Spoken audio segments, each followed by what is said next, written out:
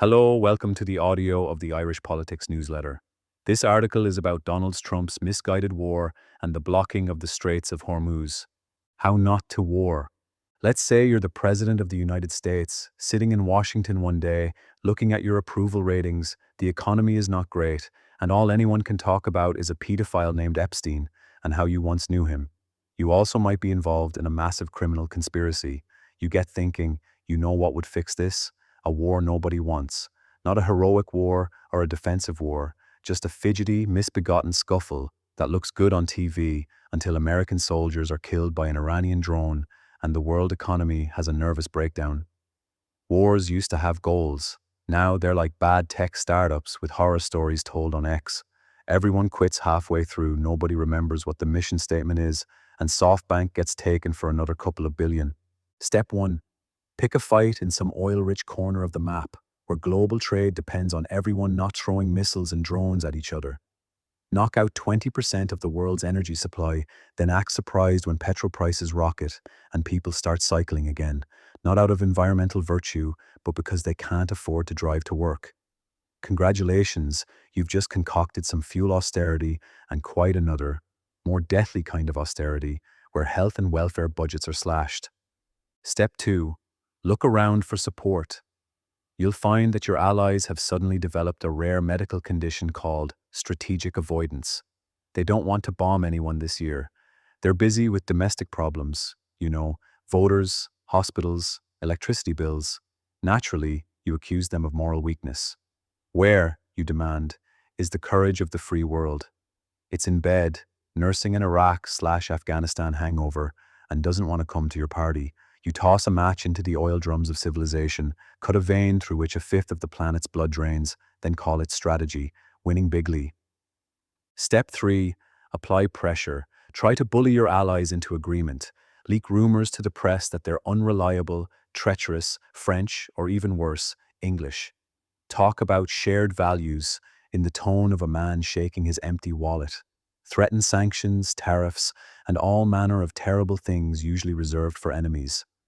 You're trying to turn your former friends into cowed vassals and accuse them of moral weakness for not leaping headfirst into your lunacy. Yeah, that'll work.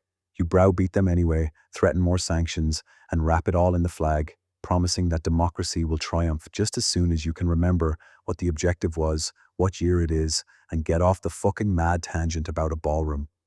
The result, as ever, is a world dumber and less safe than it was last week, run by White House kleptocrats who think leadership means setting the curtains on fire and then holding a press conference about fire safety. As for the oil traders and other commodities weirdos, you screen-eyed, drooling imbeciles, you might be the only fuckers on the planet managing to act even dumber and more deranged than Trump himself. Thank you for your attention to this matter.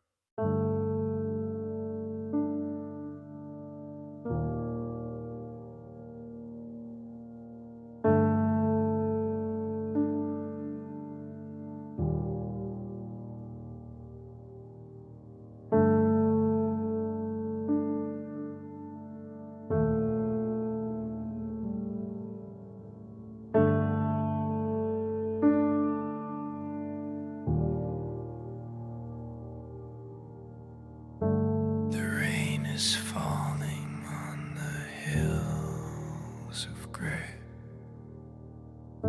the embers fading at the end of day, an empty harbor where the cold winds blow,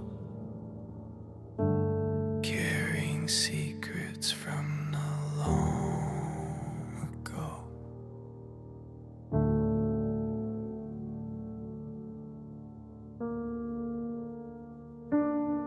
Oh, the tide will turn and the waves will rise underneath the weight of these stormy skies. Keep the fire lit in the winter cold for the silent stories left untold. A broken pathway through the heavy green. The saddest beauty that I've ever seen.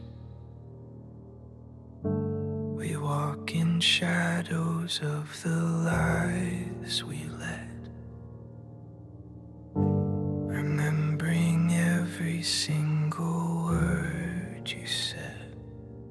Oh, the tide will turn and the waves will rise underneath the weight of these stormy skies. Keep the fire lit in the winter cold, for the silence